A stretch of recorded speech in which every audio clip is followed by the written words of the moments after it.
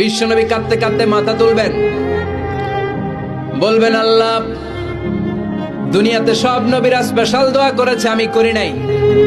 এবার আমি আমার স্পেশাল দোয়াটা করতে চাই, আপনি কবুল করবেন কিনা বলেন। আল্লাহ বলবেন, নবী কি আপনার দোয়া বলেন?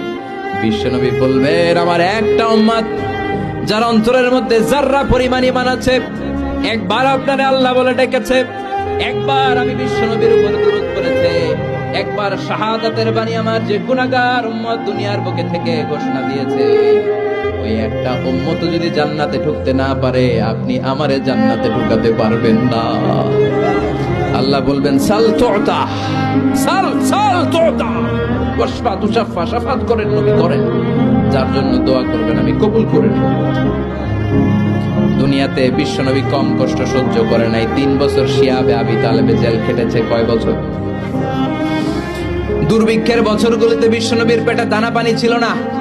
কলিজার টুকরা হাসান হুসাইন কই মাছের মতো ছটফট করেছে, জামিনে ক্ষুধার জ্বালায় বেহুশ হয়েছিল। বিশ্বনবী যদি ওই স্পেশাল দোয়াটা করতেন, জান্নাত থেকে খাবারের বস্তা পাঠিয়ে দিত কে? ওই দোয়া করছিলেন?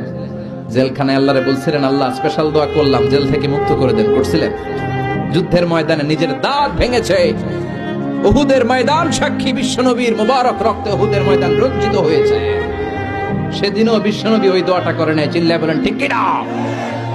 তায়েফের ময়দানে বিশ্বনবী কয়েকটা জায়গায়, 3 জায়গায় বেহুশ হলেন। বিশ্বনবীর মুবারক দেহ বেয়ে রক্ত ঝরলো। ওই কঠিন বিপদের দিনও